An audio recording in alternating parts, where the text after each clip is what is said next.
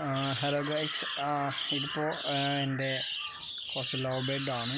ഇപ്പോൾ love bird അവരുടെ കുഞ്ഞുങ്ങൾക്ക് തീറ്റ കൊടുത്തുകൊണ്ടിരിക്കുകയാണ്. അപ്പോൾ ജസ്റ്റ് നമ്മുടെ ഫ്രീ ടൈംസോ ഹോളിഡേയ്സൊക്കെ ഞാൻ ചിലവഴിക്കുന്നത് എൻ്റെ പെറ്റ്സിനോടൊപ്പമാണ്. അപ്പോൾ ഇവരെ വാച്ച് ചെയ്തുകൊണ്ടിരിക്കുമ്പോൾ തന്നെ എന്ത് ഭംഗിയാണ് കാണുന്നത്. അവർ ആ കുഞ്ഞുങ്ങൾക്ക് തീറ്റ കൊടുക്കുന്നതും. ശരിക്കും നമ്മുടെ മനുഷ്യർ കുഞ്ഞുങ്ങളെയൊക്കെ കെയർ ചെയ്യുമ്പോൾ തന്നെയാണ് പക്ഷികളും അവരുടെ കുഞ്ഞുങ്ങളെ കെയർ ചെയ്യുന്നത്. അതുപോലെ തന്നെ ഈ ലവ് ബേർഡ് എന്ന് പറയുമ്പോൾ അതിൻ്റെ പേരിൽ തന്നെ ഉണ്ട് ലവ് ബേർഡ്.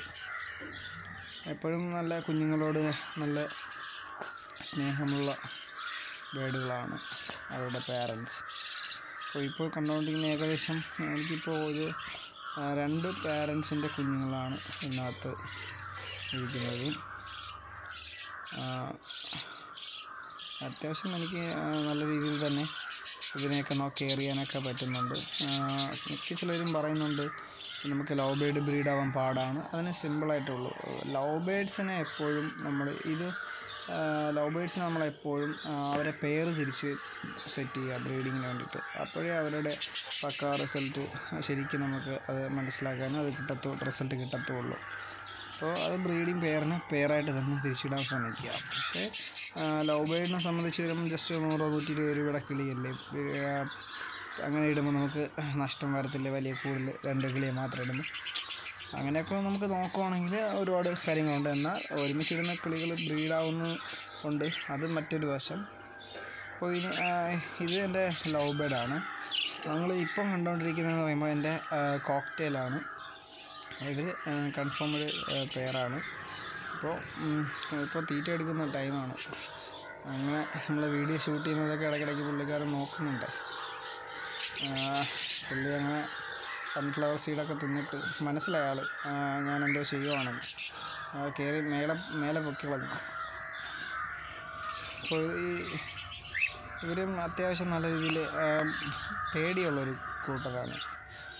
ലവ് ബേർഡ് ആയിരുന്നാലും കോക്ടെയിലായിരുന്നാലും നമ്മളുമായിട്ട് ഇണങ്ങി വരാൻ അല്പം കാലതാമസം ഉണ്ട്. അപ്പോൾ ഇവർ എൻ്റെ അടുത്ത് ഓൾറെഡി ഇണങ്ങിയിട്ടുണ്ട്. ഇപ്പോൾ ഇത് മൊബൈൽ കൊണ്ട് ഇങ്ങനെ എടുത്ത് ഷൂട്ട് ചെയ്യാൻ പോകുന്നത് കൊണ്ടാണെന്ന് തോന്നുന്നു അതിങ്ങനെ വരണ്ട് ഇരിക്കുന്നത്. അടുത്ത് നിങ്ങൾ കാണുന്നത് ഇതെൻ്റെ പിഞ്ചസ് കുട്ടന്മാരാണ്. ഈ കൂട്ടിനകത്ത് നിറയെ ഉണ്ടായിരുന്നു പിഞ്ചസ്. ഒത്തിരി പേര് ചത്തുപോയി. പിന്നെ ശരിക്കും ഈ പിഞ്ചസിൻ്റെ മുട്ട പല്ലി എടുത്ത് തിന്നളയാറുണ്ട്. അപ്പോൾ അതിനൊക്കെ ഒരു സൊല്യൂഷൻ അറിയാമെന്നുള്ളൊരു വീഡിയോയിലൊന്ന് കമൻറ്റ് ചെയ്ത് വയ്ക്കാം. പിന്നെ അടുത്ത് നിങ്ങൾക്ക് എൻ്റെ കുറച്ച് ആഫ്രിക്കൻസിനെ പരിചയപ്പെടുത്തരാം. ഇത് എൻ്റെ ഒരു ബ്ലൂ മാസ്കാണ്, കൺഫേംഡ് പെയറാണ്. അതുപോലെ അടുത്ത് വരുന്നത് ആഫ്രിക്കൻ എന്ന് പറയുമ്പോൾ ഞാൻ ലൂട്ട്നോ പീച്ചാണ്. അപ്പോൾ ലൂട്ട്നോ പീച്ചിനെ കാണിച്ചു തരാം. ഇതാണ് എൻ്റെ ലൂട്ട്നോ പീച്ച്. ഇവരും കൺഫേംഡ് പെയറാണ്. ഏകദേശം ഇതിപ്പോൾ ബ്രീഡിങ് ടൈം ആയി വരുന്നതേ ഉള്ളൂ. ഇതെൻ്റെ യെല്ലോ ഫിഷറാണ്. അപ്പോൾ ഇവർ കറക്റ്റ് പേര് തിരിയാൻ വേണ്ടിയിട്ട് ഒരു 3 പീസ് മേടിച്ചിട്ടേക്കുന്നതാണ്.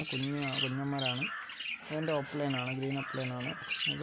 ഇതിപ്പോൾ അടയിരിക്കുവാണ്, മുട്ടയിട്ട് അടയിരിക്കുവാണ്. ഇപ്പോൾ എൻ്റെ ഇഷ്ടമുള്ള ബേഡെന്ന് പറയുമ്പോൾ സൺകൊണൂറാണ്.